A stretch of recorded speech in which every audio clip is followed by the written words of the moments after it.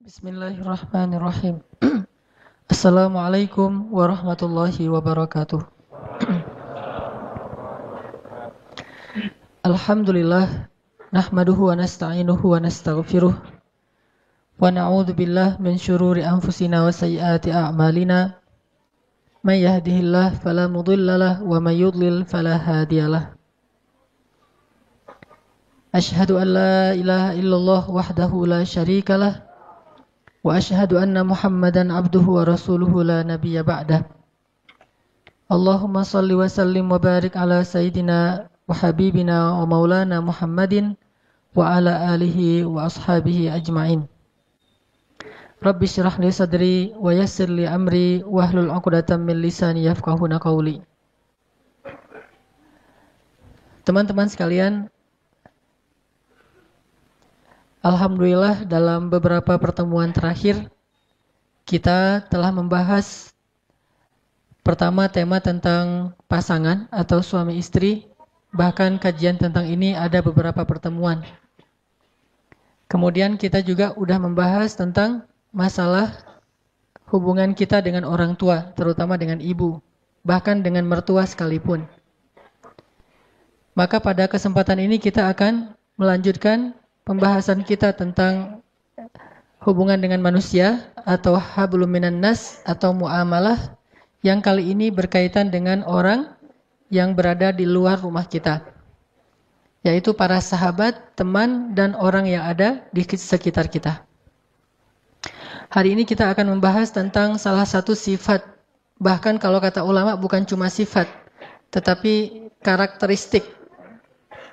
Bedanya sifat dengan karakteristik, kalau sifat dimiliki oleh kita dan orang lain. Sedangkan kalau karakteristik, kata ulama, itulah yang menjadikan kita khas ketimbang orang lain. Itulah yang membedakan kita dengan orang lain. Sehingga para ulama mengatakan, salah satu karakteristik seorang muslim, seorang mukmin yang paling luar biasa itu adalah dia seorang yang sangat setia kawan. Istilah setia kawan ini saya coba ijtihad, saya coba terjemahkan dari istilah yang sebenarnya dalam bahasa Arab itu disebut dengan istilah al-ithar. Kalau dalam bahasa Arab disebut dengan istilah al-ithar. Dalam bahasa Arab itu ada dua, ada ithar, ada atharah. Ada ithar yaitu setia kawan, ada atharah yaitu individualis. Ini mirip istilahnya, ithar, atharah. Nah, kita akan membahas tentang salah satu karakteristik seorang muslim atau seorang yang mengaku mukmin adalah ithar. Dan seperti apa ithar ini? Kalau kita bahas bahwa setia kawan, bukan hanya muslim yang punya sifat setia kawan. Dan istilah setia kawan ini bukan hanya dimiliki oleh orang-orang yang mengaku beriman. Bahkan orang yang tidak beriman kepada Allah pun kadang lebih setia kawan dari orang yang mengaku beriman. Lalu bagaimana kita akan menunjukkan kalimat dari hadis Nabi, innama bu'ithtu, sesungguhnya aku diutus hanya liutammima makarimal akhlak, untuk menyempurnakan, untuk mengutuhkan akhlak-akhlak yang mulia. Sehingga dulu saya pernah menyampaikan bahwa yang memiliki akhlak mulia itu bukan cuma muslim, non-muslim juga mereka punya akhlak yang mulia. Mereka juga belajar tentang kemuliaan akhlak. Tetapi Islam, kata Nabi, liutammim, dia mutammimal akhlak, mutammima makarimal akhlak. Dia menyempurnakan semua akhlak-akhlak yang indah, semua akhlak-akhlak yang baik yang dimiliki oleh sekian banyak manusia. Kaum muslimin menyempurnakan, artinya kalau kita membicarakan tentang sifat jujur, maka semua orang belajar tentang jujur, tetapi yang paling sempurna kejujurannya itu harusnya seorang muslim. Kita bicara tentang sifat sabar, banyak orang yang memiliki sifat sabar, tetapi harusnya muslim itulah yang paling sempurna kesabarannya. Kita bicara tentang sifat setia kawan, banyak orang yang punya sifat setia kawan, bahkan orang yang dalam bahasa poster itu mungkin masa bejat dulu, dalam keadaan masih bejat, kita jauh dari masjid, kita nggak pernah sholat, kita nggak taat sama orang tua, tapi kita punya sifat setia kawan kepada teman-teman kita itu luar biasa. Harusnya orang yang sudah datang ke masjid, yang sudah mengaku berhijrah, yang sedang belajar Al-Quran dan Sunnah, dia punya sifat setia kawan yang lebih sempurna daripada mereka yang menurut sebagian orang disebut orang yang belum berhijrah. Jadi kalau kita mengaku sudah berhijrah, kalau kita mengaku sedang memperbaiki diri dan sudah sering ikut taklim, tetapi kita tidak lebih setia kawan daripada mereka yang jarang ikut taklim atau yang belum pernah datang ke masjid, berarti kita belum memiliki karakteristik seorang muslim sehingga tidak sah disebut sebagai muslim sejati. Apa bedanya kita dengan mereka? Bahkan mungkin mereka lebih baik daripada kita. Ada satu orang namanya si A misalnya.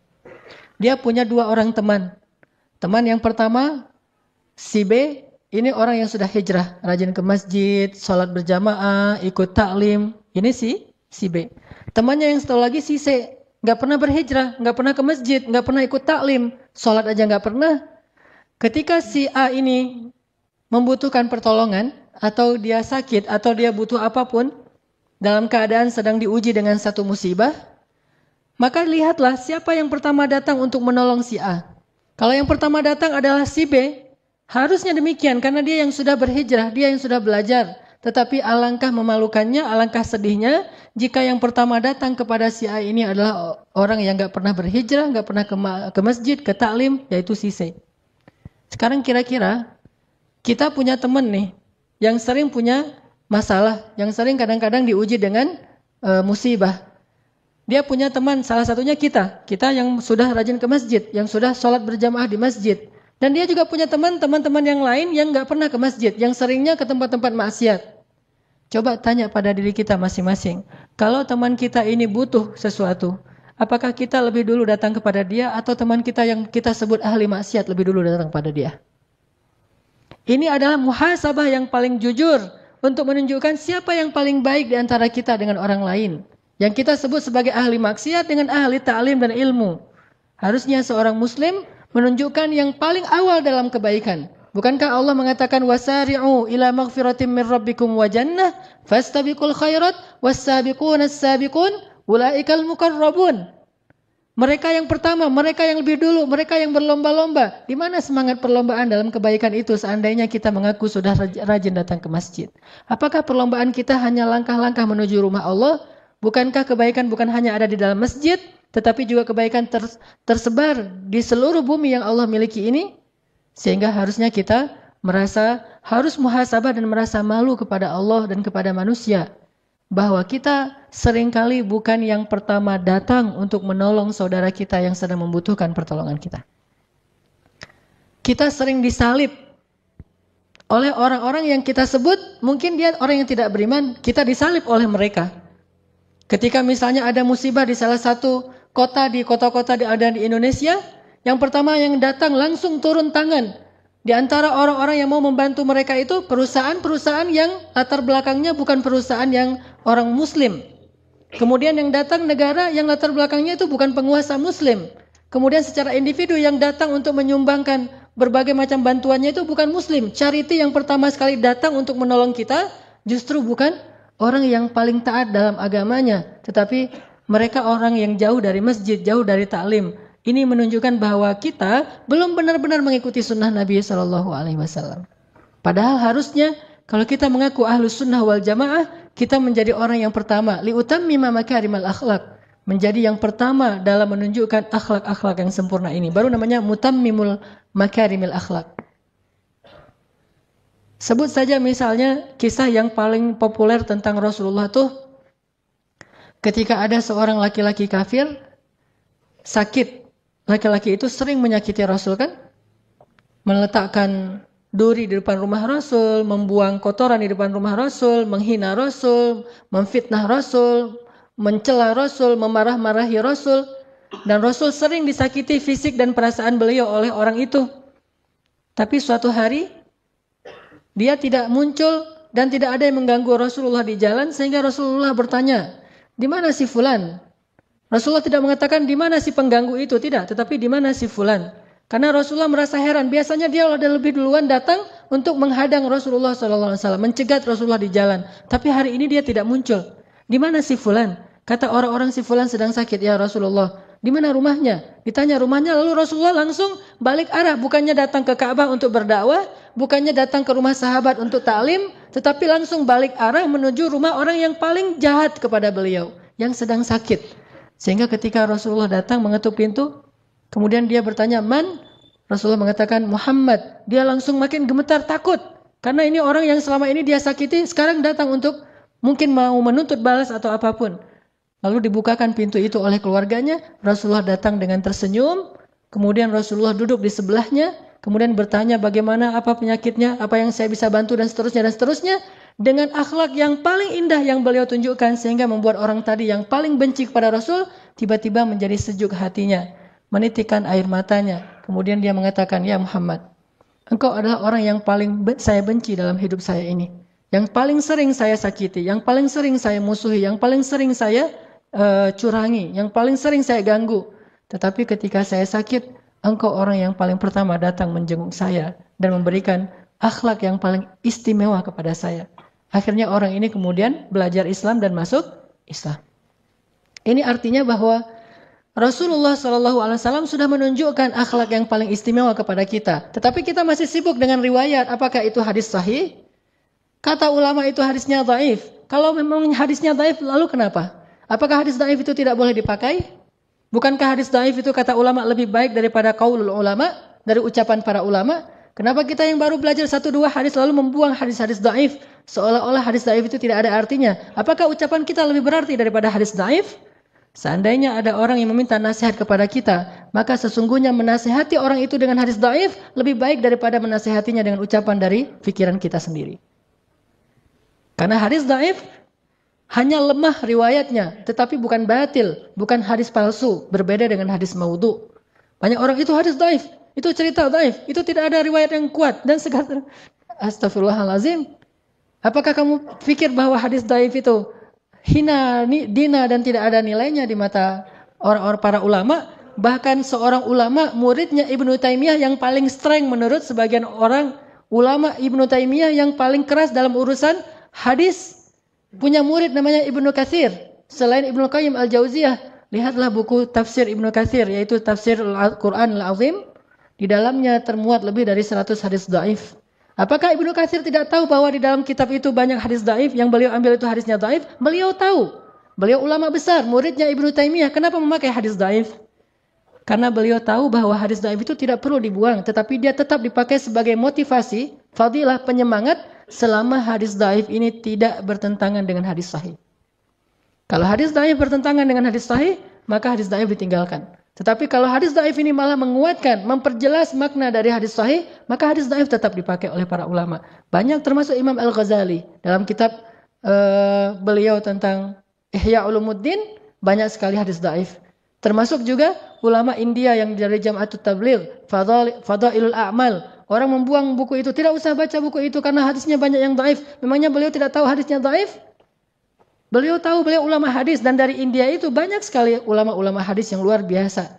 Intinya bahwa kisah ini adalah sebuah inspirasi yang luar biasa tentang akhlak Rasulullah SAW.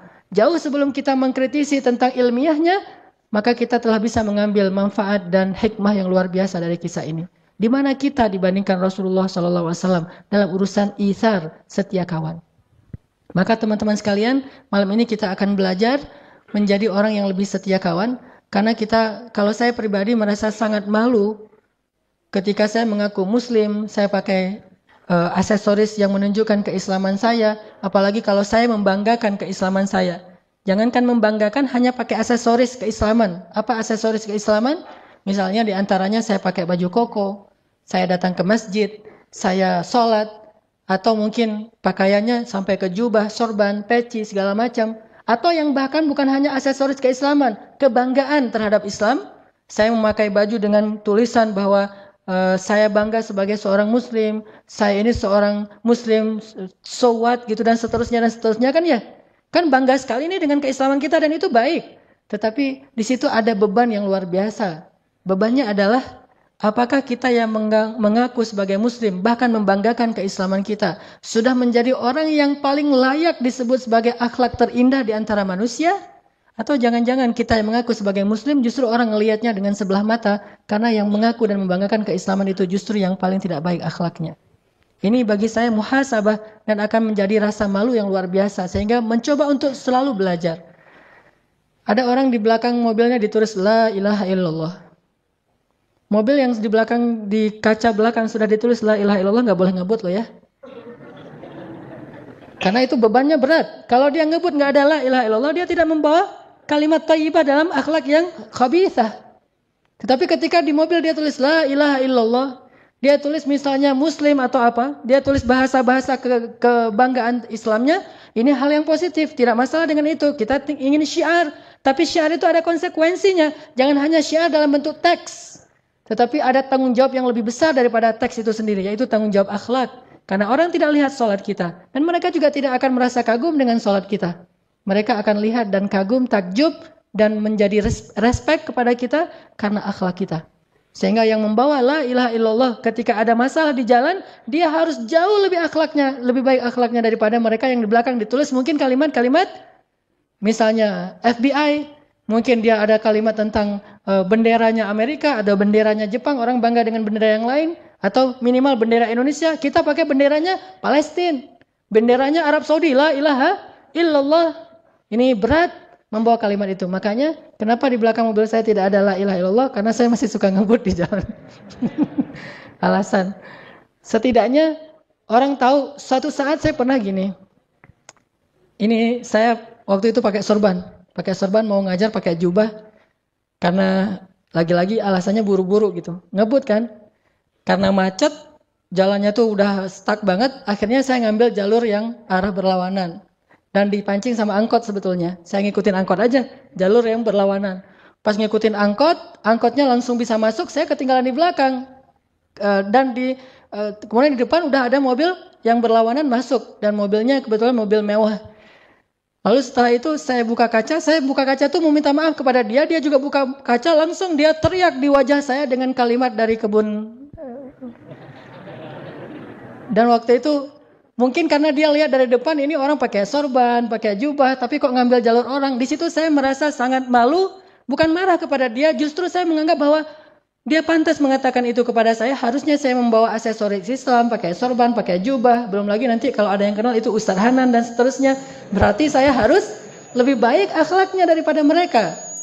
Yang saya maksud dengan akhlak ini bukan urusan pribadi, tetapi bagaimana sikap kita kepada orang lain. Itu terbawa. Apalagi kita, misalnya teman-teman udah pada tahu nih, teman-teman komunitasnya kita di sini, ada yang komunitasnya atlet mungkin para atlet sepak bola, ada komunitasnya yang lain, anak motor, anak musik, anak segala macam kan di sini nih. Teman-teman kita di komunitas tahu kalau kita tuh udah hijrah, kalau kita itu udah rajin ke masjid, bahkan bukan hanya tahu dari orang lain, kita sendiri yang kadang-kadang ngomong, saya ngaji di Al-Latif, saya sekarang lagi coba belajar agama dan seterusnya. Disitulah kita sebetulnya sedang diperhatikan oleh mereka. Kalau mereka memperhatikan kita, jangan buru-buru menjudge mereka bahwa mereka itu sedang curiga sama kita, menjelek-jelekan kita. Enggak, mereka sedang memperhatikan apakah yang sudah mengaku hijrah ini lebih baik akhlaknya atau tidak. Kalau lebih baik, maka saya akan ikut dia. Kalau yang sudah hijrah ini, yang sudah belajar agama ini lebih mengalah, lebih sabar, lebih mudah memaafkan, lebih lebar senyumnya daripada yang lain, maka saya akan ikut dia. Tetapi kalau yang sudah mengaku berhijrah ini kemudian yang dulunya suka tersenyum sekarang mulai manyun, saya tidak akan ikut dia. Kalau yang dulunya dia orangnya asik sekarang mulai jaim, saya tidak akan ikut dia. Kalau dulunya orangnya sangat toleran sekarang orangnya sangat strike gitu, saya tidak akan ikut dia. Ternyata akhlak kita itulah yang akan menarik mereka untuk ikut sama-sama menikmati hidangan Allah di dalam masjid. Intinya adalah salah satu yang paling mereka perhatikan itu dan akan membuat mereka takjub itu adalah sifat ithar yang tadi saya coba terjemahkan dengan setia kawan. Mari kita coba baca ayat Al-Quran yang sangat fenomenal tentang masalah ithar yang ada di dalam surat Al-Hasyr. Coba kita buka surat 59, surat Al-Hasyr ayat 9. Surat 59 ayat 9.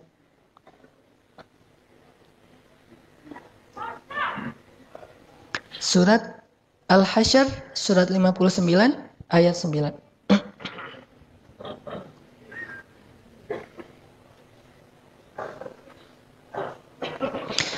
أعوذ أعوذ بالله من الشيطان الرجيم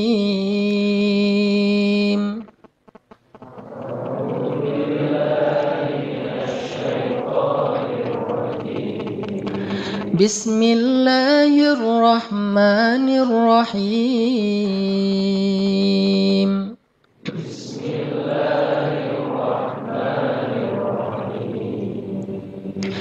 والذين تبوأوا الدار والإيمان من قبلهم يحبون من هاجر إليهم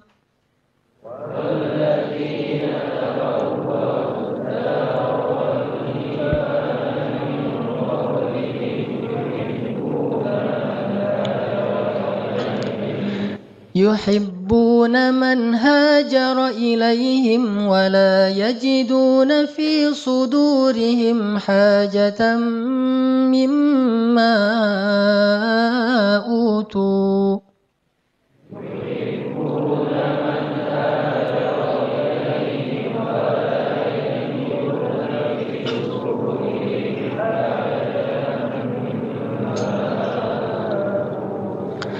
ويؤثرون على أنفسهم ولو كان بهم خصاصة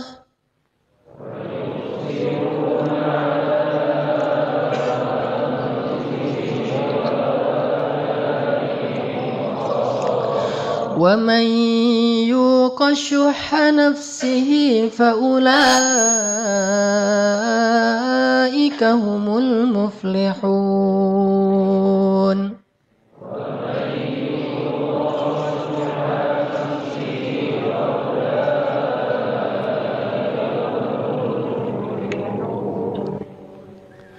Dan orang-orang yang telah menempati kota Madinah dan telah beriman, yaitu kaum Ansor, sebelum kedatangan kaum Muhajirin.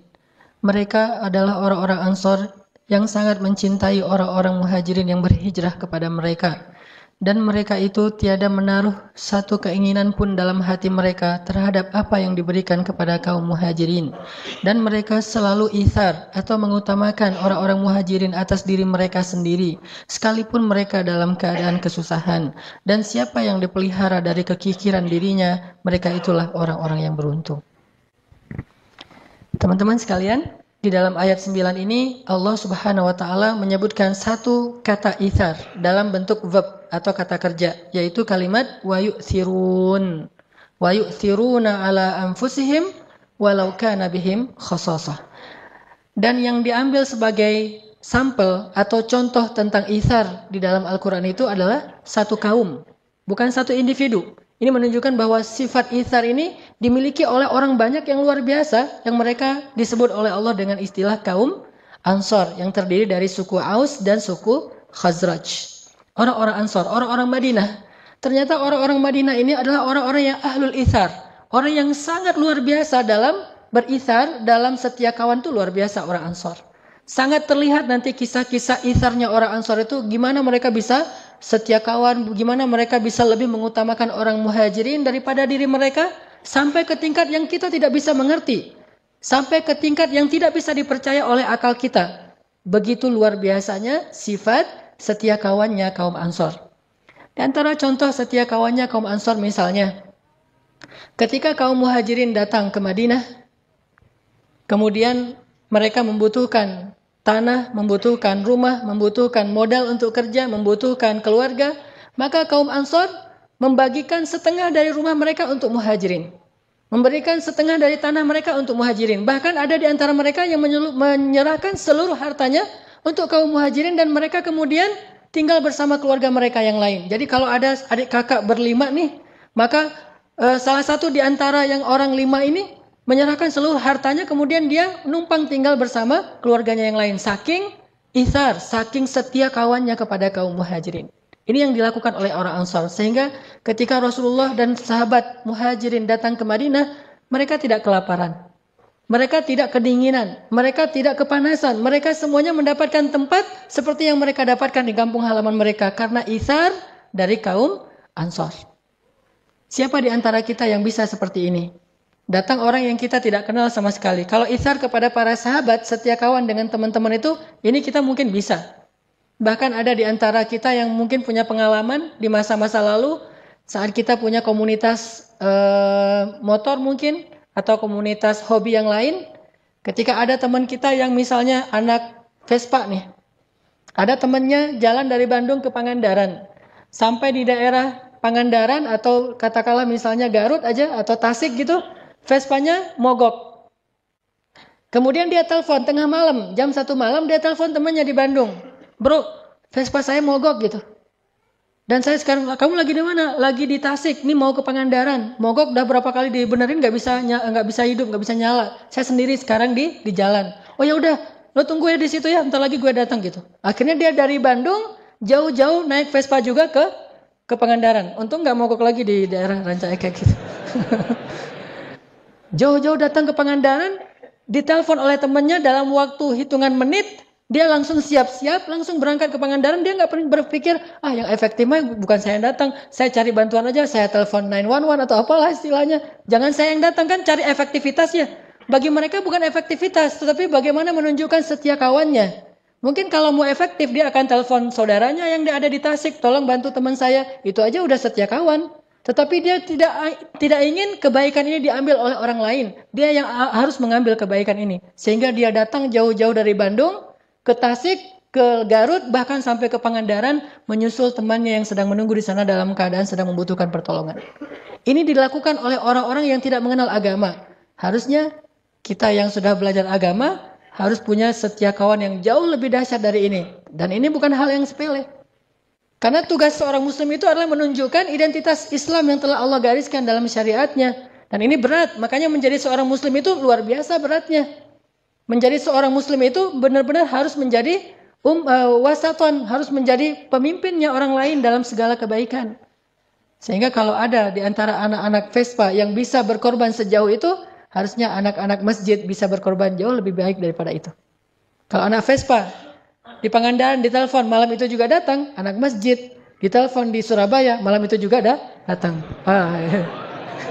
Saya lagi di Surabaya, ya udah aku datang sekarang. Gimana cara datangnya?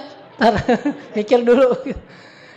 Harusnya bisa lebih dari itu. Memang saya juga belum pernah seperti itu. Saya merasa sangat takjub dengan anak-anak Vespa, anak-anak BMX, anak-anak komunitas yang lain yang punya sifat setia kawan yang luar biasa. Dan kita berharap dalam Islam itu, dalam masjid itu, dalam dakwah itu punya yang lebih dahsyat daripada komunitas-komunitas lain.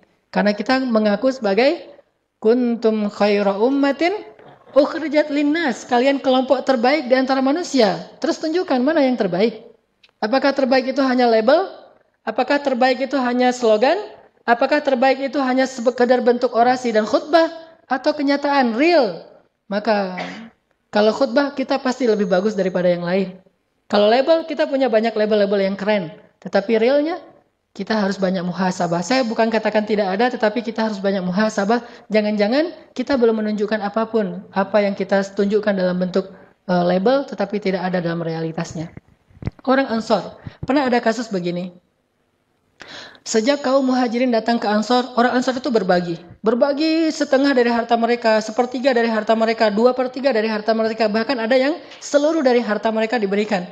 Maaf, sampai ada di antara mereka yang mengatakan, maaf saya punya anak, silakan kalau kamu mau menikahi anak saya, kamu butuh keluarga, kamu jadi menantu saya. Kamu gak perlu mahar, maharnya adalah kamu muslim.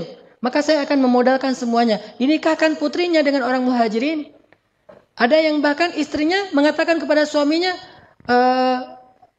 suamiku kalau memang kamu ridho, maka ceraikan saya sehingga saya bisa menjadi istrinya si fulan itu muhajirin membutuhkan istri. Sampai kayak gitu. Dan ini adalah inisiatif perempuan Ansor. Saking luar biasanya pengorbanan kaum Ansor ini lebih dari apapun. Kalau bahasa sekarang mah ada 2 orang yang jatuh cinta ke satu cewek. Nah, yang satu udah ke masjid, yang satu belum ke masjid. Maka yang udah ke masjid ini harus ngalah nih. Kenapa Isa? Terus perempuannya di mana? Nah, perempuan misalnya dia agak galau nih memilih yang udah ke masjid, keren sih, hafal Quran, udah mulai menghafal Quran, udah tahsinnya udah bagus, udah di mana-mana ngaji gitu kan ya. Terus yang belum ke masjid, keren juga, cuma dia belum dekat dengan Al-Quran, belum ikut taklim, belum sholat di masjid dan seterusnya. Galau memilihnya nih. Akhirnya supaya si perempuannya nggak galau, maka tunjukkanlah sifat ithar. Datanglah ke teman kita, bro. Boleh bicara heart to heart nggak? Ada apa bro? Gitu. Itu tentang si cewek itu tuh namanya misalnya apa namanya yang keren? Namanya Wulan gitu. Si Dewi lah, Dewi. Tentang si Dewi misalnya. Lo suka sama dia gitu. Lo nggak usah ngomong gitu dah, baper banget sih jadi orang gitu-gitu deh gitu. Nggak enak kalau udah terlalu main emosional. Kita jujur aja kalau misalnya lo suka sama dia, gue juga suka. Terus gitu. Maksud gue kalau misalnya lo suka sama dia, ya udah kamu aja yang maju. Saya mah apa tuh gitu. Kamu aja yang maju gitu. Kok kamu bisa gitu? Kamu nggak serius ya sama dia? Serius banget. Terus kenapa kamu bisa ngerelain? Isar bro, isar gitu kan ya. Habis ikut talim, harusnya gitu tuh. Orang Ansor bukan cuma orang yang pacar doang yang dikasih, sampai istri pun, dan istrinya juga rela banget atas nama bukan cinta lagi bagi mereka yang terpenting. Yang terpenting adalah isar. Sampai kayak gitu, coba bayangkan. Walaupun ini kasusnya cuma ada satu ya, jangan bilang semua orang Ansor kayak gitu, enggak juga. Cuma ada satu kasusnya, dan itu agak-agak unik menurut saya dan nggak harus jadi teladan juga sih. Saya nggak rela.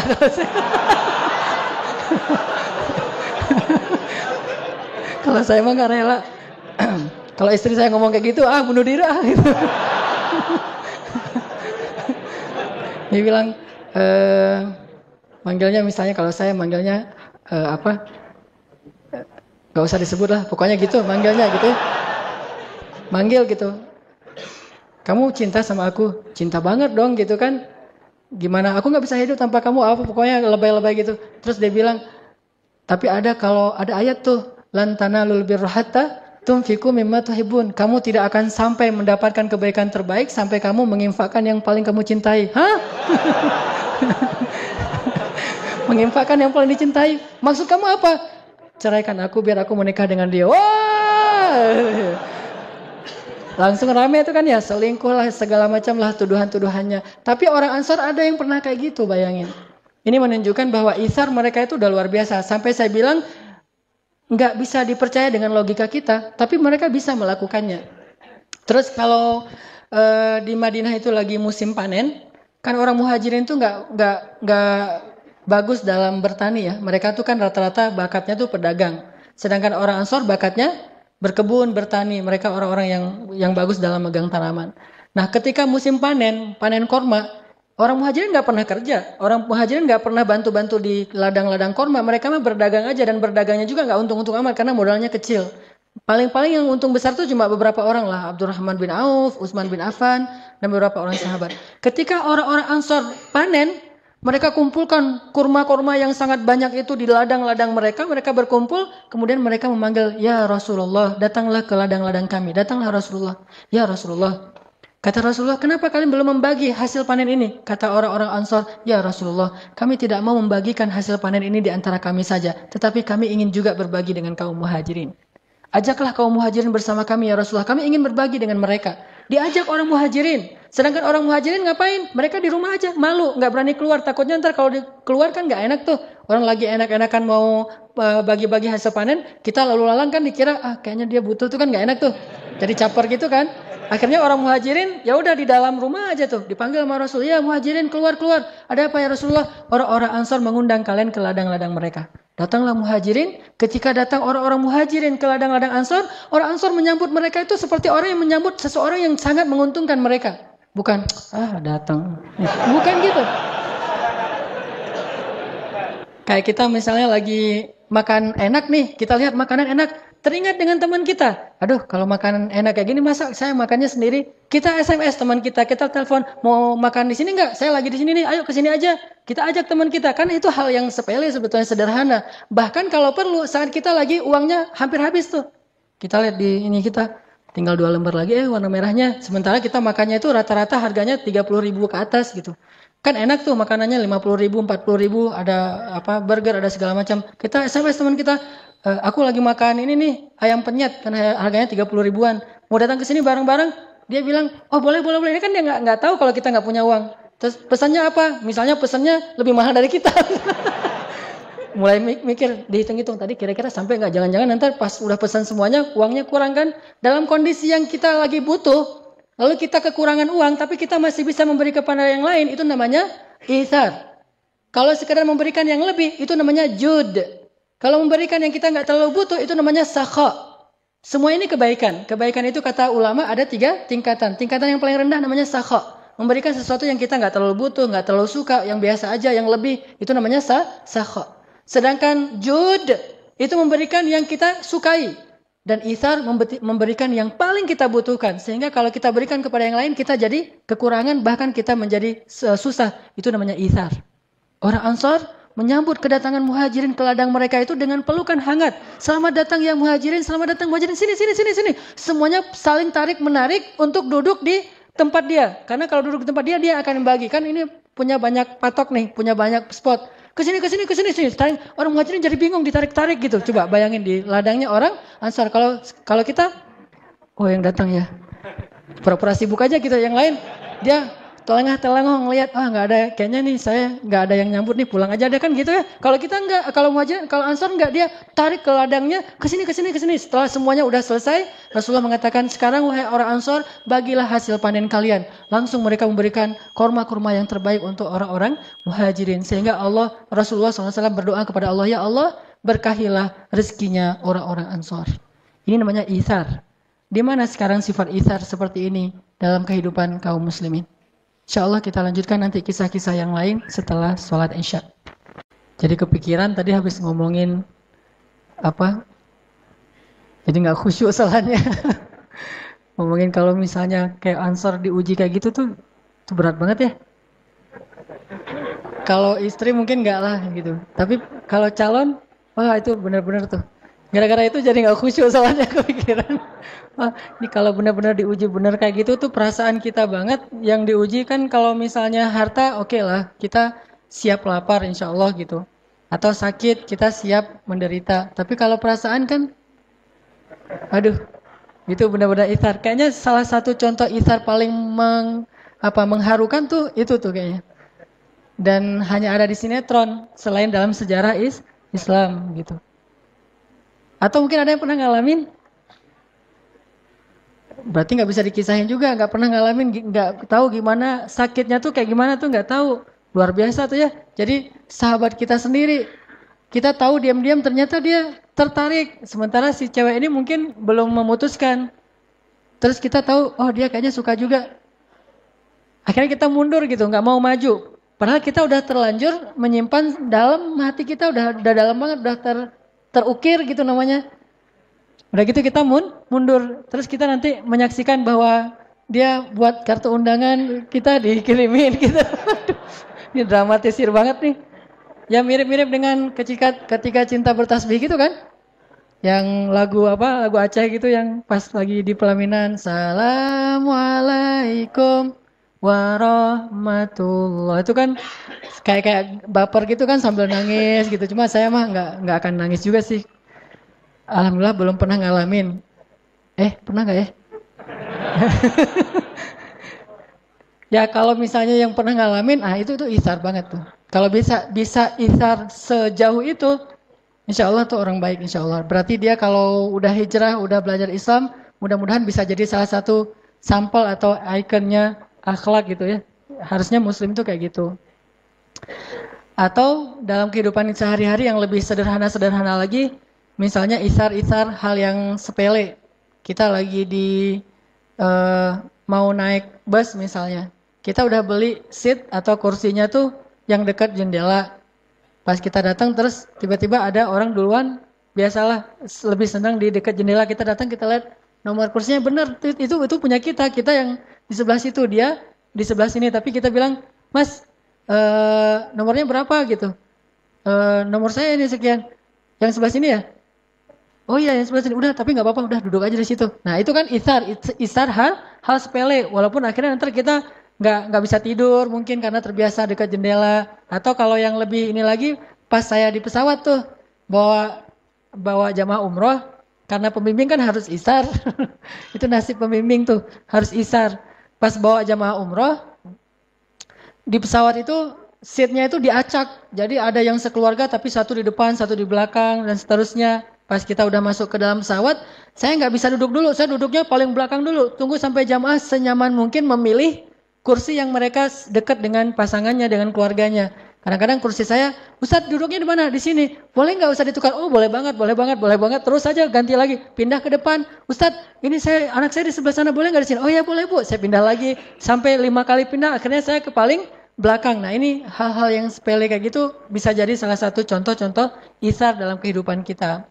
Atau termasuk dalam masjid kayak gini, misalnya kita udah selesai sholat, kita nggak sholat sunnah dulu karena pengen yang lainnya biar bisa sholat. Itu terjadi loh di Mekah, Madinah tuh harusnya kayak gitu isar. Tapi orang udah beribadah di Mekah, Madinah malah nggak bisa isar. Misalnya di Raudhah gitu. Di Raudhah itu kan tempat yang mustajabah doa tuh di Masjid Nabawi. Orang sholat di situ tuh lama-lamaan, doanya tuh panjang banget. Perasaan di Indonesia nggak gitu-gitu amat, tapi sampai di sana tuh gitu amat. Panjang banget doanya tuh. Udah gitu kalau orang Indonesia kan berpersepsinya doa itu harus duduk ya. Nggak bisa sambil jalan atau sekedar berdiri aja nggak bisa, harus duduk. Jadi dia duduk bersila udah nyaman banget gitu, naruh barangnya depan belakang kanan kiri, doa ya Allah panjang banget. Di belakang tuh orang-orang bilang ya Ammi ya Allah ya Allah ya Allah ya haji haji haji gitu. Mereka karena nggak ngerti bahasa Arab bagus juga sih jadi cuek gitu. Terus aja berdoa. Nah ini namanya ithar, hal-hal yang sepele kayak gini. Kalau dalam kehidupan kita yang lebih ekstrim lagi mungkin yang tadi saya pernah lihat di internet di YouTube tuh ada liputan tentang seorang anak di Australia, Muslim. Jadi dia dapat penghargaan dari pemerintah Australia sebagai salah satu contoh anak yang berkorban untuk kakaknya. Anak ini sekitar 8-9 tahun, kakaknya 12 tahun, tenggelam di salah satu pantai di laut, tenggelam, dua-duanya nggak bisa berenang, tapi pas ngelihat kakaknya lagi tenggelam, nggak bisa berenang, akhirnya dia nolongin kakaknya,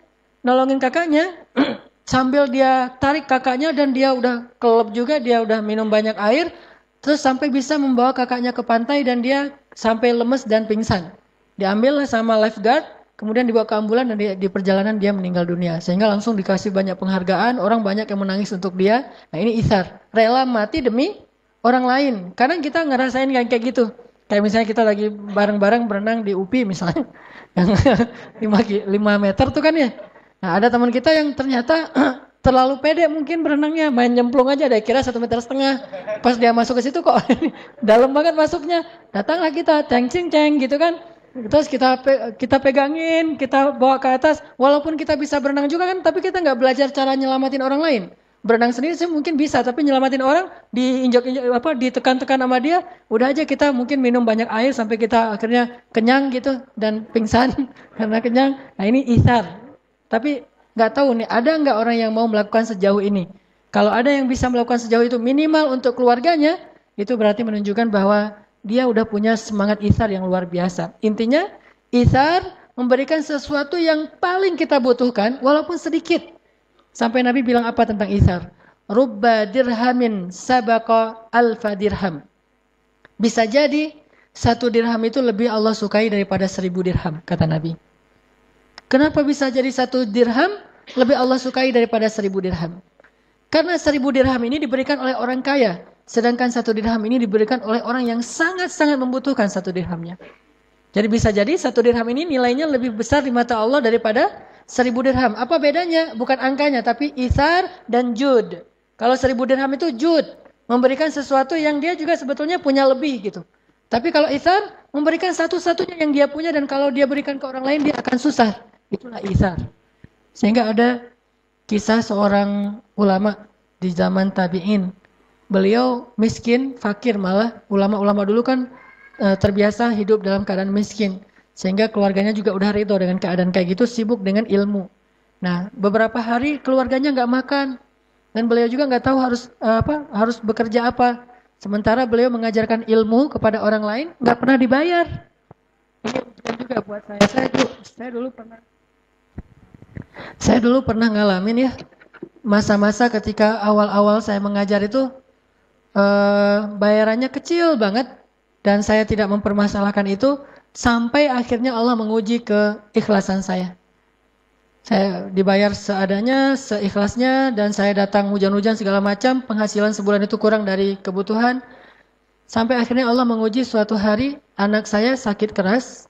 Anak yang kedua, Maryam, sakit keras, harus dibawa ke rumah sakit, panas tinggi luar biasa, udah 2 hari nggak turun-turun, dibeliin obat nggak turun juga. Sehingga akhirnya saya bawalah ke rumah sakit, salah satu rumah sakit di Bandung, rumah sakit swasta waktu itu. Saya bawa ke rumah sakit, mereka langsung minta deposit. Depositnya untuk 10 hari. 1 hari 1 juta, berarti 10 juta. Saya nggak punya tabungan sama sekali. Akhirnya udah masuk, anak saya udah diperiksa, katanya ini parah banget, harus segera diopname dan minta depositnya. Saya tarik lagi keluar dari rumah sakit itu. Saya pergi ke rumah sakit negeri. Ke rumah sakit negeri, salah satu rumah sakit negeri di Bandung. Akhirnya juga gitu. Diminta deposit, kemudian mau di scan gitu, mau di ronsen. Cuma minta uang dulu dan saya nggak punya. Akhirnya keluar lagi dari rumah sakit, saya bawa pulang ke rumah itu. Dalam keadaan saya waktu itu menangis karena sedih nggak bisa membawa anak saya berobat dan nggak punya uang. Di situ mulai diuji tuh, diuji banget. Muncullah pikiran-pikiran yang nggak tahu nih negatif atau wajar. Saya selama ini ngajar ikhlas-ikhlas, tapi giliran saya butuh nggak ada yang bisa nolong. Kan teruji tuh. Nah disitulah akhirnya mulai diuji antara pilihan. Kalau gitu memilih nggak nih mana yang mahal infaknya, mana yang kecil, atau yang kayak gini dikasih istilahnya mungkin ada angkanya segala macam. Saat itulah ujian paling berat. Dan para sahabat atau cerita ulama tadi pernah seperti yang saya alamin. Anaknya sakit, keluarganya nggak makan sekian hari. Akhirnya dia cari pekerjaan. Ketika dia udah bekerja di pasar itu mengangkut jadi kuli pasar gitu, dia dapat untuk bisa beli roti cuma satu roti doang tuh, saking murahnya dibayar. Dan itu pun pasarnya pasar yang jauh yang nggak ada yang kenal dengan dia. Soalnya kalau di pasar ini orang kenal nanti disedekahin, nggak enak. Dia pergi ke pasar yang jauh, bekerja dapat beli satu roti. Pas dia pulang dari perjalanan dari pasar ke rumahnya, dia udah bahagia nih, anak saya bentar lagi bisa makan, keluarga bisa makan, saya bisa makan. Tiba-tiba di tengah jalan dia bertemu dengan seorang ibu dengan 3 orang putrinya, semuanya dalam keadaan kelaparan. Kata ibu ini, Pak, boleh saya minta tolong? Saya belum makan, udah berapa hari, anak-anak saya juga kasihan belum pada makan. Ini mulai ujian nih dalam hati si laki-laki ini, ulama ini. Kemudian akhirnya setelah dia timbang-timbang, dia kasihlah setengah dari rotinya kepada ibu tadi dan setengah lagi dibawa pulang. Ketika dibawa pulang, anak-anaknya semuanya, namanya setengah roti untuk anak-anaknya yang banyak, habis semuanya dan dia nggak makan. Habis kerja jadi kuli pasar, nggak makan, setengah dikasih jatahnya untuk orang lain, setengah lagi untuk keluarga. Setelah itu tiba-tiba datanglah seseorang ke rumahnya mengetuk pintu. Assalamualaikum, waalaikumsalam. Ya fulan, ada seseorang yang ingin bertemu dengan engkau. Siapa? Saya adalah teman ayahmu, almarhum ayahmu. Memangnya ada apa dengan ayah saya? Enggak, saya dulu pernah meminjam uang dari ayahmu sekian dinar. Dan alhamdulillah sekarang saya sudah bisa mengembalikan dan ini plus juga bagian dari ucapan terima kasih saya dan dia mendapatkan sekitar 100 dinar. 1 dinar sekarang harganya sekitar 2,5 juta. 250 juta ithar. Orang yang rela memberikan yang paling dia butuhkan dalam keadaan sangat lapar. Dan bayangkan itu jangan sekarang. Sekarang mungkin kita nggak terlalu lapar nih. Coba bayangin pas lapar-laparnya, nggak punya apa-apa, terus teman kita datang minta pinjam uang, kita kasih. Itu benar-benar ujian ithar. Dan seorang muslim harusnya mampu melakukan hal yang seperti itu.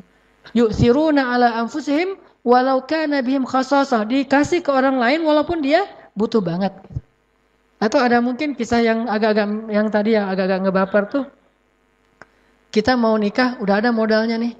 Tiba-tiba ada teman kita butuh modal juga untuk usaha atau mungkin sakit atau keluarga kita yang butuh. Terus kita mikir kan, ini saya nabung sekian tahun biar bisa nikah. Sekarang pas saya udah dapat calonnya dan saya udah punya modal untuk mahar dan acaranya, tiba-tiba ada keluarga yang sakit dan dia butuh pertolongan saya. Kalau saya kasih ke dia, berarti saya ditunda pernikahannya. Kalau saya nikah, berarti saya harus menolak dia dengan walaupun rasa berat hati. Ini ada satu kalimat yang menurut saya, kalimat yang tertuang begitu aja ketika saya membayangkan.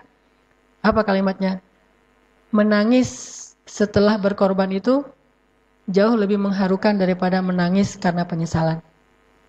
Menangis setelah berkorban jauh lebih mengharukan daripada menangisi kesalahan. Jadi kalau kita bisa berkorban kemudian kita menangis karenanya, terharu gitu, maka itu jauh lebih mengharukan daripada menangis karena kesalahan yang kita buat. Jadi Usahakan jangan buat kesalahan. Lebih baik kita berkorban untuk orang lain daripada kita berbuat kesalahan. Sehingga nanti kalau kita menangisi kesalahan kita yang sekarang, itu nggak keren. Lebih keren kita menangisi pengorbanan kita walaupun kita nggak dapat untung. Namanya juga pengorbanan. Itu menurut saya lebih mengharukan. Kita melihat anak-anak kita tertawa, tersenyum bahagia, tanpa mereka tahu bahwa sebetulnya kita dalam keadaan sedang irit nih. Tapi kita kasih kepada mereka apa yang mereka butuhkan. Itu bisa mengharukan banget menangisnya. Kepada pasangan kita, kepada teman kita.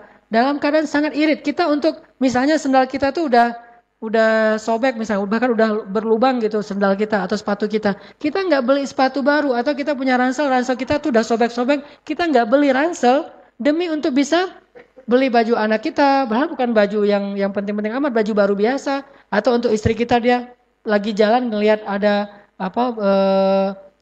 jubah yang bagus, kita beliin untuk pasangan kita. Itu jauh lebih keren. Dan itu adalah Itsar, belajar dari keluarga, pasangan, orang tua, teman, dan seterusnya. Jadi coba muhasabah, di mana itsar kita dibandingkan dengan para sahabat dulu, atau nggak usah jauh-jauh para sahabat di antara kita, orang-orang yang belum berhijrah, orang-orang yang jauh dari masjid, yang mereka bisa itsar habis-habisan kepada temannya. Teman-teman yang dirahmati Allah Subhanahu Wa Taala, ada lagi kisah itsarnya para sahabat yang saya pernah baca, ketika para sahabat, salah satunya namanya kalau nggak salah Jabir bin Abdullah. Ini pernah saya kisahkan beberapa kali. Saat Rasulullah SAW dengan para sahabat sedang menggali parit Khandak dan mereka kelaparan banget, banyak yang akhirnya gara-gara ngangkat batu tuh jatuh loh. Saking kelaparannya menggali parit Khandak, saking kelaparan dan susahnya ngangkat batu tuh sampai dia jatuh dan tertimpa batu. Saking lemahnya. Tapi mereka terus bekerja, siang malam makannya cuma 1 butir kurma sama minum air. Akhirnya Jabir bin Abdullah merasa kasihan kepada Rasul. Yang ngelihat Rasulullah itu susah banget. Dia pulang ke rumah, dia tanya kepada istrinya, istriku, ada apa di rumah kita yang bisa kita berikan kepada Rasulullah sebagai makanan? Kata istrinya, nggak punya apa-apa. Kita juga orang miskin. Satu-satunya yang kita punya itu cuma seekor domba yang masih kecil banget, yang baru berukuran yang sangat kecil, baru lahir, sama satu kalau bahasa sekarang mungkin 1 kilogram gandum yang bisa dibuat untuk beberapa potong roti. Cuma itu yang kita punya di rumah. Kata Jabir, ya sudah kalau gitu kamu tolong buatkan roti biar saya potong dombanya. Disiapkanlah daging domba, kecil banget dombanya, mungkin hampir seukuran ayam gitu, hampir seukuran kucing kecil gitu. Domba yang baru lahir. Cuma satu-satunya yang dimiliki segitu tuh. Kalau dalam bahasa Arab kan itu ada istilahnya tuh, domba yang sangat kecil, ya agak gede dari kucing sedikit gitu. Nah dipotongin, kasihan banget sih dombanya. Terus buatin roti, udah selesai masak gitu, hanya untuk bisa makan 3 orang. Pergilah menemui Rasulullah. Kata Jabir, ya Rasulullah, saya sudah mempersiapkan jamuan makan malam. Kalau Rasulullah selesai bekerja nanti, datanglah ke rumah saya untuk makan malam bersama. Saya siapkan jamuannya. Rasulullah bahagia banget kan? Bayangin, yang ngundang itu orang miskin loh. Dan Rasulullah udah curiga, pasti makanannya cuma segitu-gitu aja. Namanya juga Jabir. Siapa yang gak kenal Jabir dengan kemiskinannya? Sehingga kalau yang ngundang itu Jabir, ya gitu-gitu aja lah makanannya. Rasulullah tahu itu. Tapi Rasulullah saking bahagianya diundang walaupun cuma sederhana makanannya dan tahu cukupnya paling banyak untuk 3 orang. Dan Jabir udah mengatakan, cuma untuk 3 orang ya Rasul. Rasulullah langsung berdiri mengatakan, wahai para sahabat, yang jumlahnya berapa? 1000 orang. Wahai para sahabat, Jabir ngundang kita makan di rumahnya. Wallahu Akbar gitu semuanya. Bayangin, jatah makan 3 orang diundang kepada 1000 orang. Rasulullah tuh nekat juga ya. Ya sahabat, dan itu 1000 orang tuh lapar semua loh. Lapar semua, berhari-hari gak makan. Jabir mengundang kita untuk makan di rumahnya. Semuanya bertakbir Allah Akbar, Masya Allah, Jabir apa? Jabirnya pucat, langsung lari tuh. Lari nemuin istrinya. Wah istriku gawat. Kata istrinya, kenapa? Ternyata yang akan datang itu bukan cuma 3 orang sahabat, tapi ada ratusan, bahkan 1000 orang. Kata istrinya dengan tenang, siapa yang mengundang mereka? Engkau atau Rasulullah? Kata Jabir, Rasulullah, aku cuma mengundang Rasulullah sama 2 orang sahabat. Kata istrinya, kalau Rasulullah yang mengundang, biarkan mereka datang. Allah dan Rasul lebih tahu. Datanglah Rasulullah dengan orang-orang yang beringas semua nih yang datang. Rumah Jabir kecil, nggak muat untuk semua orang. Akhirnya makannya di luar rumah. Lihat di sini, kalau kita misalnya dapat undangan yang kayak gini cuma untuk satu orang atau mungkin porsinya kecil, tapi kita masih ingat teman kita bahkan rame lagi yang pastinya kita nggak akan dapat jatah mungkin. Jadi hal yang sedikit dibagi rame, saking setia kawannya. Maka Rasulullah ngajak orang yang 1000 dan beliau tahu kalau mereka udah datang mereka lupa bahwa itu Rasulullah, makan aja semuanya. Sering kayak gitu soalnya. Rasulullah dilupain sehingga Rasulullah diam-diam aja nggak makan, yang lain pada makan. Baru nanti setelah mereka kenyang udah pada sendawa gitu, udah gelegean kalau kata orang Sunda apa? Terap gitu.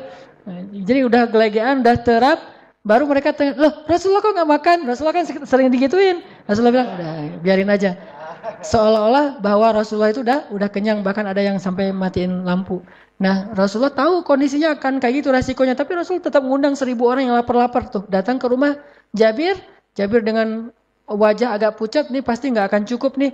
Kalau bahasa saya mah, kalau sekarang mungkin enak kalau kayak gitu, tinggal telepon warung Padang kan, nanti 1000 bungkus gitu. Pas udah datang 1000, utang dulu ya, kan bisa aja gitu kan ya.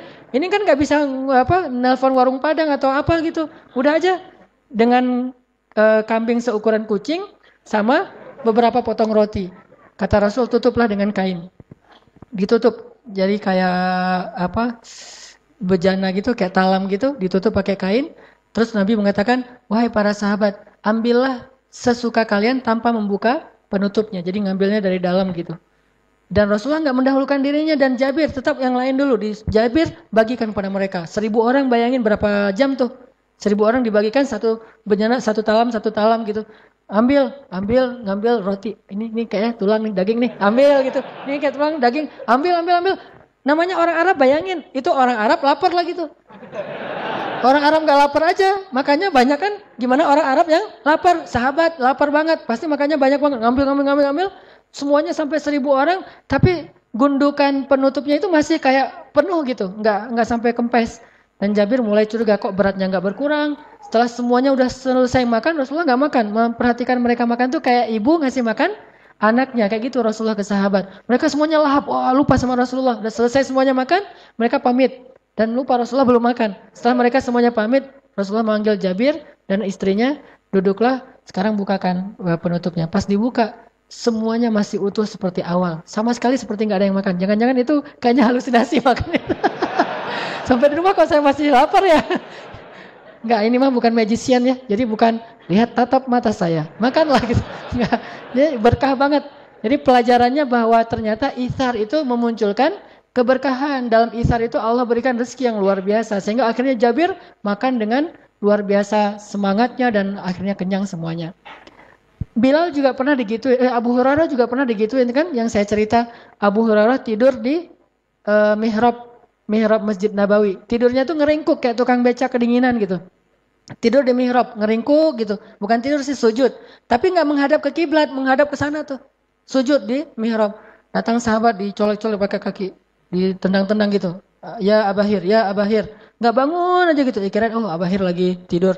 Terus datang lagi sahabat, datanglah Rasulullah manggil, ya Abahir, ada apa? Langsung Abu Hurairah ngelihat, lapar ya Rasul. Sampai saking laparnya Abu Hurairah nggak bisa duduk coba.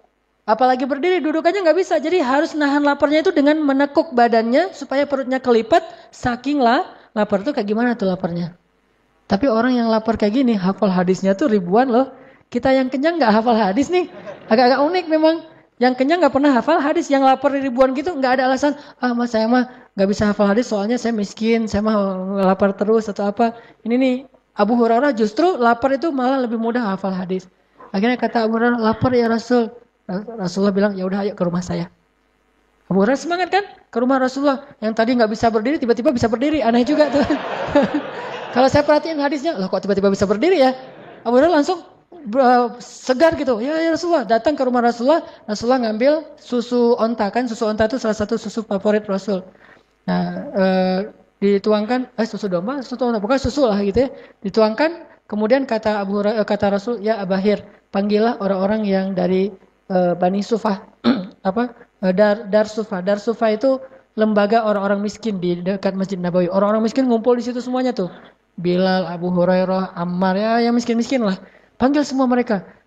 Abu Hurairah ngelihat bahwa susunya cuma segini doang tuh, ditutup dengan dengan kayak gelas gitu ditutup. Cuma segini tapi mau dikasih ke puluhan orang. Abu Hurairah tadi lagi lapar banget. Tapi kata Rasul, pergilah untuk memanggil mereka. Tapi namanya ini perintah Rasulullah. Akhirnya Abu Hurairah pergi mencari teman-temannya. Ayo, ayo, ayo cepetan lah. Makan, minum.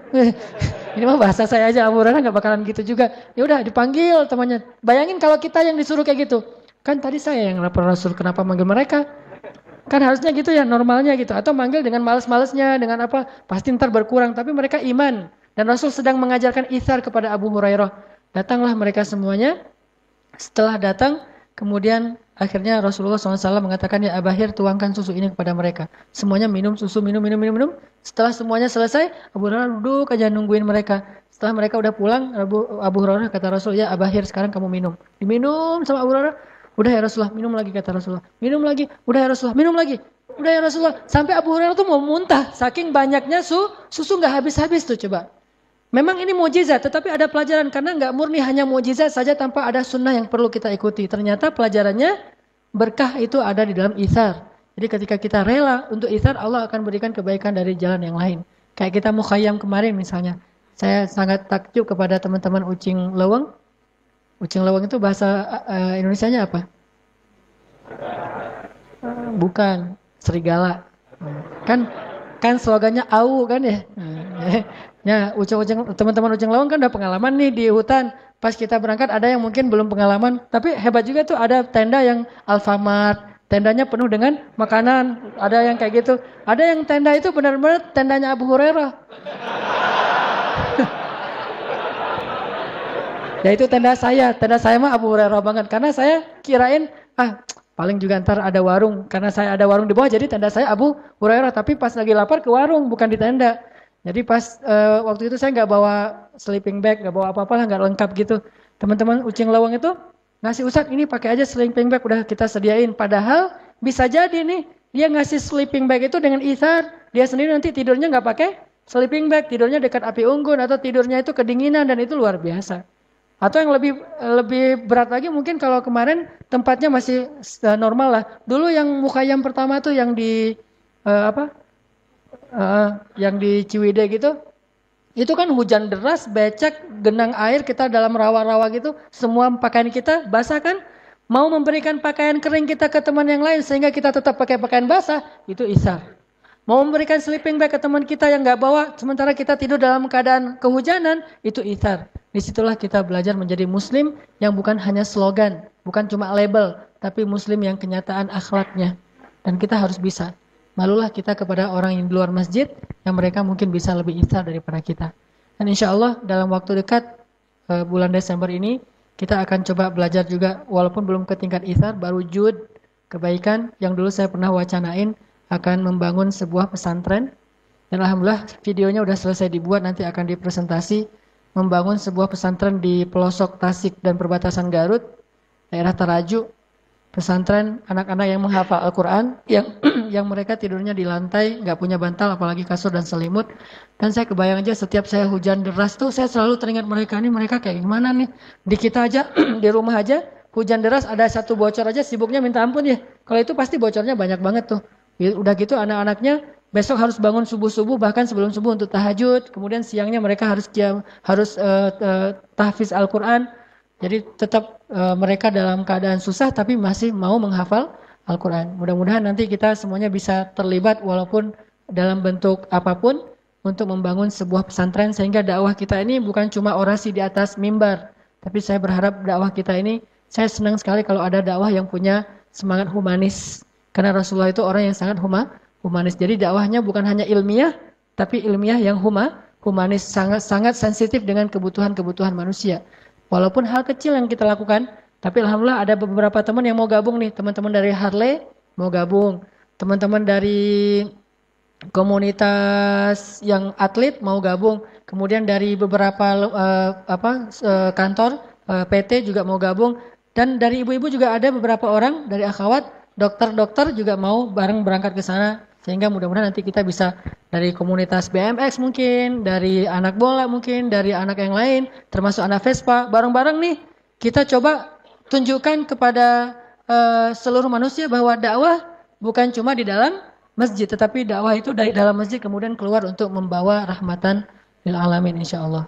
Ini yang akan kita lakukan dalam bulan Desember ini.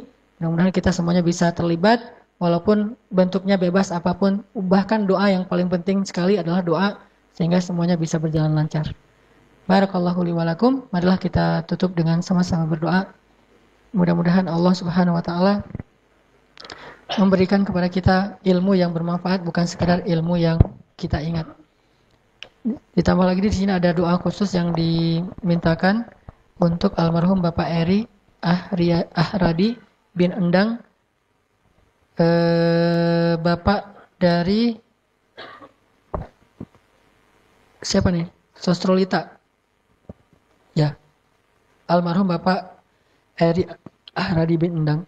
Mudah-mudahan Allah Subhanahu wa taala menerima beliau sebagai hambanya, ditempatkan di sisinya yang terbaik, diampunkan dosanya, diangkat derajatnya, dan dilapangkan kuburnya. A'udzu billahi minasy syaithanir rajim. Bismillahirrahmanirrahim. Alhamdulillahi rabbil alamin.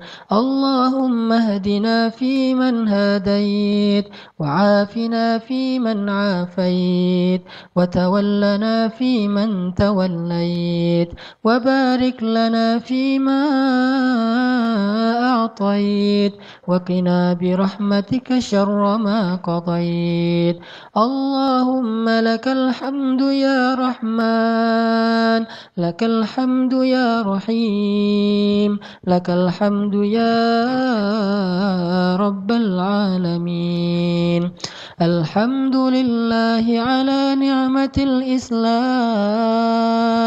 الحمد لله على نعمة الإيمان الحمد لله على نعمة التوبة الحمد لله على نعمة القرآن الحمد لله على نعمة الأخوة الحمد لله على نعمة الهجرة الحمد لله على نعمة العبادة اللهم إنا نسألك حلاوة الإيمان اللهم إنا نسألك رضاك والجنة ونعوذ بك من سخطك والنار اللهم اغفر له وارحمه وعافه واعف عنه وأكرم نزله ووسع مدخله واجعل قبره روضة من رياض الجنة ولا تجعل قبره حفرة من حفر النيران اللهم اغفر لنا ولوالدينا وارحمهما كما ربيانا صغارا رب اغفر لي ولوالدي وارحمهما كما ربياني صغيرا يا أرحم الراحمين اغفر لأمهاتنا يا غفار اغفر لأمنا يا غفار واغفر لأبائنا يا غفار واغفر لإخواننا يا غفار واغفر لأخواتنا يا غفار واغفر لأساتذتنا يا غفار واغفر للمسلمين يا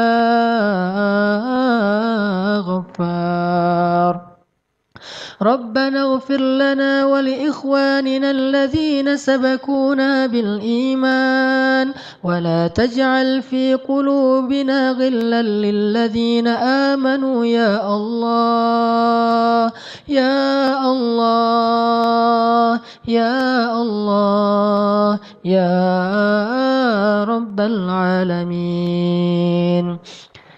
يا الله نسألك رضاك والجنة ونعوذ بك من سخطك والنار